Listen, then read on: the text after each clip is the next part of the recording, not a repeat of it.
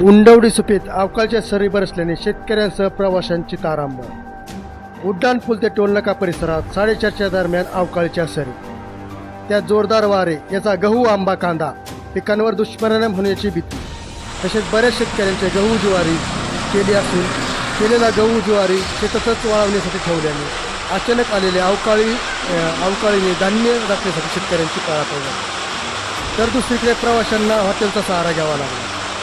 ज्वारीचा कडबा घेऊन चाललेला ट्रॅक्टरही अचानक आलेल्या अवकाळीने भिजला। अवकाळीने आंबा पिकांचेही मोठे नुकसान होणार असल्याने अवकाळी पाऊस जर असाच राहिला तर शेतकऱ्यांचे मोठे नुकसान होण्याची शक्यता शेतकऱ्यांनी वर्तवली आहे। 24 तास न्यूज, उंडवडी सुपे, युवराज इंदरे।